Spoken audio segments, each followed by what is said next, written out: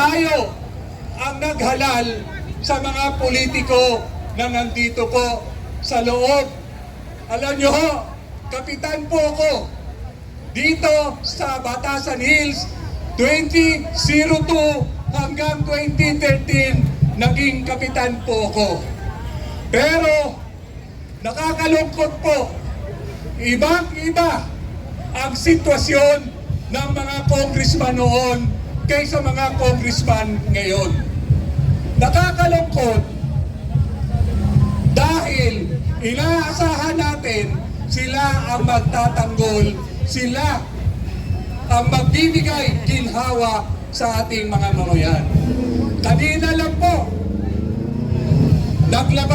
pinalabas na ang video ng PGMN at doon po maliwanag na pinakita nila ang kawalang-hiyaan ng mga congressman sa pamumuno ng kilalang sinasanto na walang hiya si Martin Romualdez. Nakakalungkot, nakikisampatyaho kami sa mga empleyado ng Congress, pati na ang mga security guard. Alam niyo ho, bilyong-bilyon ang pondo na nilaan ng mga magnanakaw na congressman para payamanin nila ang isa't isa. Ang pondo ng Congress hindi ho subject sa COA, hindi ina-audit ang kanilang pondo. At open po, hinahanda lang po namin ang LED para mamulat po kayo. Ang nakakalungkot po rito, pati ang ating mga kapulisan, napakababa ng kanilang sinasahod. Napakababa ng mga benefits ninyo kumpara sa mga buwaya na nandito sa Congress. Ikinahihiya ko po na nasa Barangay Hall ang House of Congress dahil hindi na ho karapat-dapat igalang pa ng mga mamayan ang ginagawa ng ating pong mga congressman. House of Crocodiles na po ito. Tingnan niyo po, sa krisis natin ngayon, saan ba nagsimula ang krisis na ito?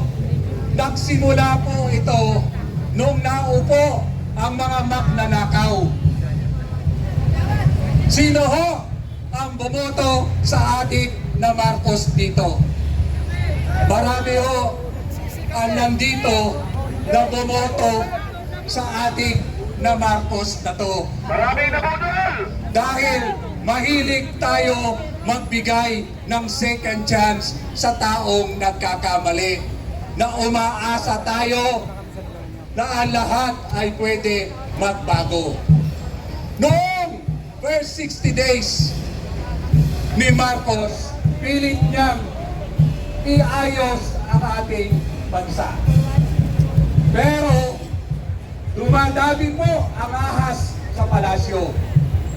Ang numero unong adik na nagtutulak kay Presidente Marcos na tumira ng po ay walang iba kung hindi yung adik niyang asawa, si Lisa Satanas Araneta. Yes! Alam ko po, alam nyo lahat yung mga kapulisan kayo. Kasama ko kayo sa war of drugs noong panahon ni PRRD. Iba ang sitwasyon ng barangay natin at ng ating police station. Ang ating police station noon ay larawan ng sinasabi nga ni Presidente Duterte, wala nang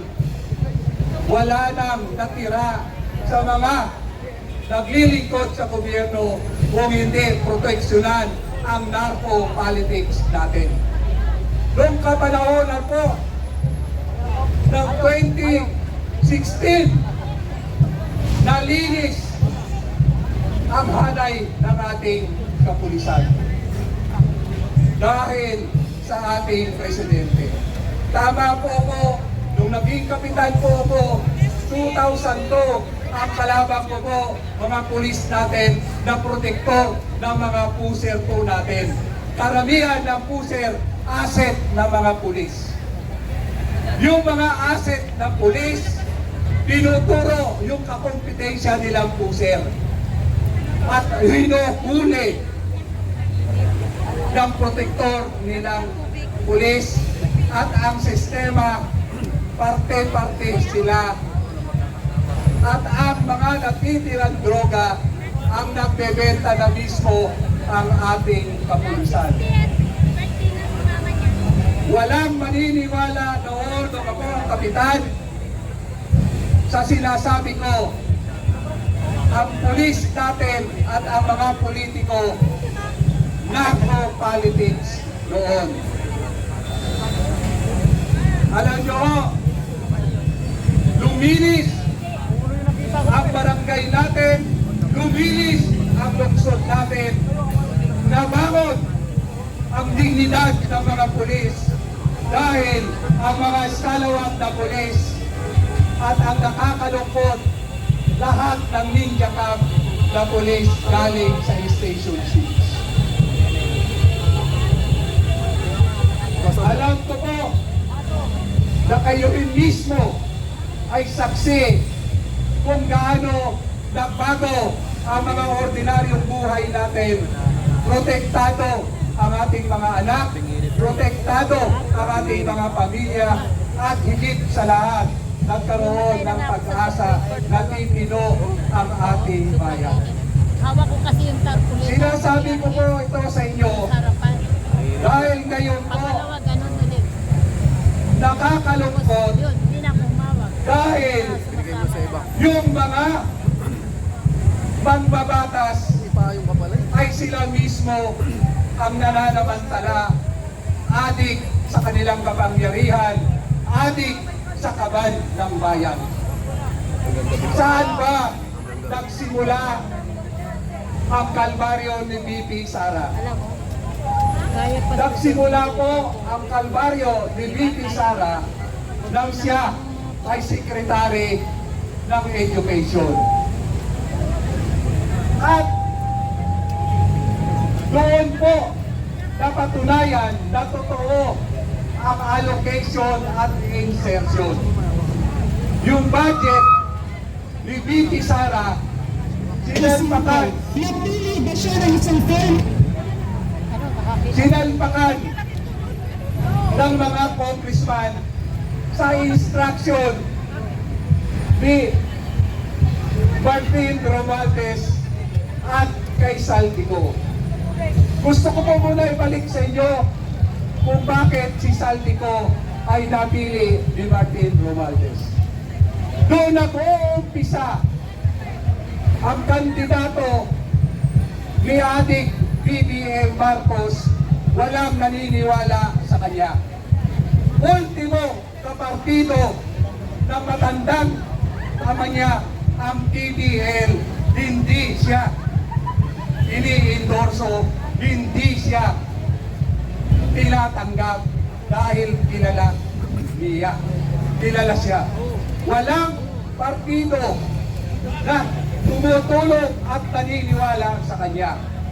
Kaya ang ginawa nila, sama-sama ang mga taong naniniwala kay BBM noon, nag-ambag-ambag sila at binili nila ang Partido Federal.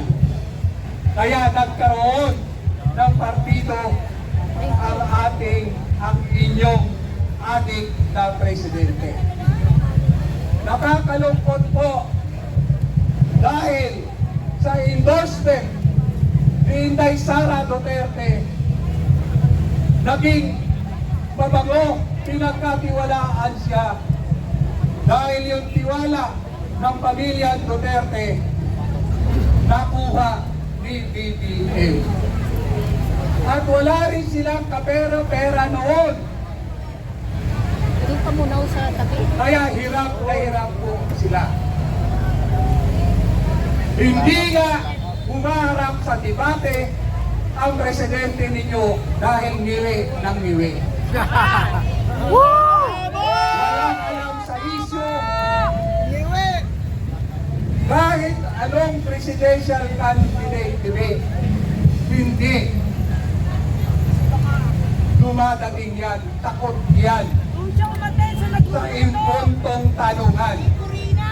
Ang naniwala at ang hirap na hirap sa kanya, si Atty. Vic Rodriguez.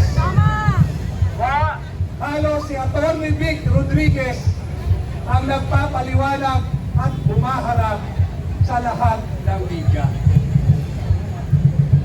Dahil ang presidente nyo ngiwi ng ngiwi, halatang lutang at wala sa tamang mental niya. Marcos, adik! Marcos, adik! At dito ho, nung naaprubahan ang budget ni VP Sara bilang Secretary ng Education, nagkarga sila Saldico. Si Saldico ho pala, siya yung pinakamalaking pinulong ginastos panahon ng eleksyon. Ilang bilyon ang sinugal ni Saldico. Si Saldico ang bangko ng Romualdez at ng mga Marcos.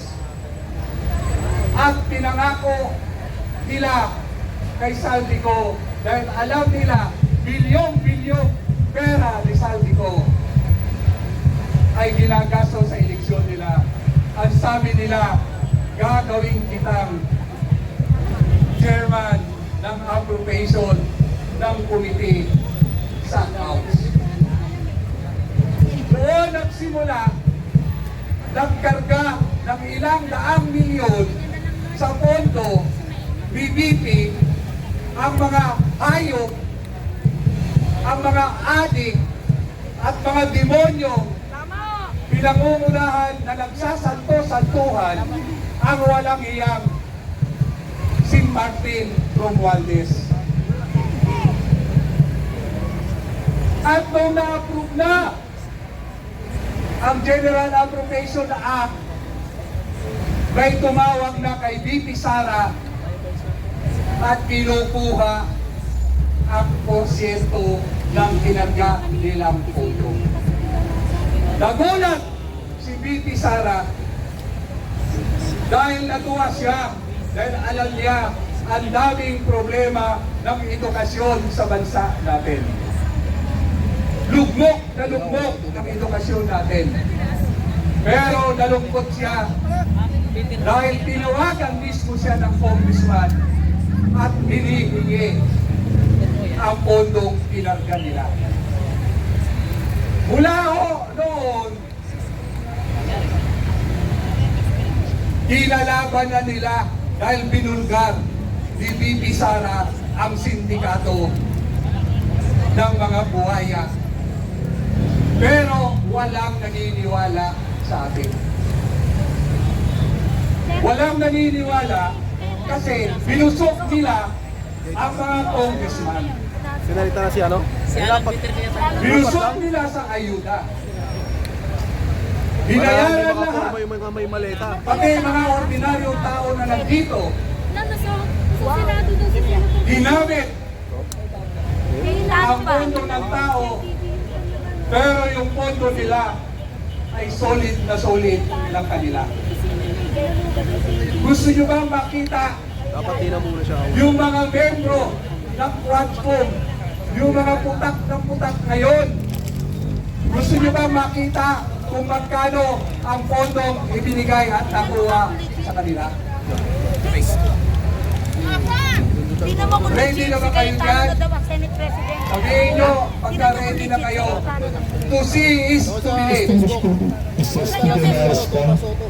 Lalong-lalo na po, lahat ng congressman na bokal sa pagpapa-impeach ni VP Sara.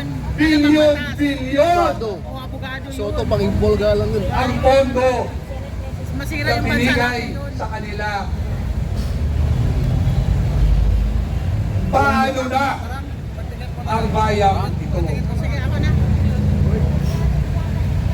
Paano na kayo, mga ordinaryo? ordinaryong tao. Ipinalalabas po namin sa inyo ito para po mamulat kayo kung paano tayo Yan nga po yung balita mga kababayan, pinalitan na si Soto. Ang problema, si Senator Bato nasa Ang Senado ata. administrasyong ito, Pinalugad na si IDJ yung opisina ni wala Senator Bato. ho di katiting malasakit sa atin. Wala pong natirang konsensya. Buti na lang si Congressman Erese Patay nga to, dalawang tumayo at sinabi niya ang kakapal ng mukha ng mga congressman na nandito. Itong ginagawa ninyo, ito ay dahil sa perang ibinigay sa inyo noong 19 Congress kayo. Kaya, paano tayo makakakuha ng pag-asa? Ang tangi nating pag-asa, si Bibi Inday Sara. Pero, dahil sa mga congressman natin na naklukan mga walang konsensya, ang kakapal ng mga mukha, magnanakaw, adik sa pera. Ano natin si Channing, Kuya, na-extreme, Ayun po yung balita, tita. Yun ang balita pa rito. Kaso, kinukumpirma pa ni Congressman Ang Mike Defensor. ordinaryong tao, ayaw pa rin Confirm ba yun? kumilos. Si Bato nasa Senado. O, nasa Senado. Kayo ba sa pagda na ibigay sa inyo Confirm ba? ng Si Bato nasa congressman Senado? natin ng mga ayuda? Si Juan nga daw si Kung talagang mahal nila tayo, Cayetano yung silit. tuturuan nila tayo mag-isda. Atin Hindi yun si Cayetano. yung Pati sa hinahayaan abogado, nila tayo kaysa kay Soto. Isa ng na bato. magmakaawa, lilimusan ng barya-barya samantalang bilyon-bilyon ang nilagay nila sa bulsa nila. Tapos ngayon, sila ang mag-i-impeach kay VP Sara. Wala silang kahiyan. Ang kakapal na mukha. Pero kayo, tayo, ano ang ginagawa Tama po natin? yan. Malaki po yung pag-asa ng sambayan ng Pilipino. Dito kay Senator Alan Tita Cayetano. Unang-una, abogado. Yun yung kagandahan nun. Nasaan na ang mga Pilipino natin? Andito! Nasa harap ng Congress!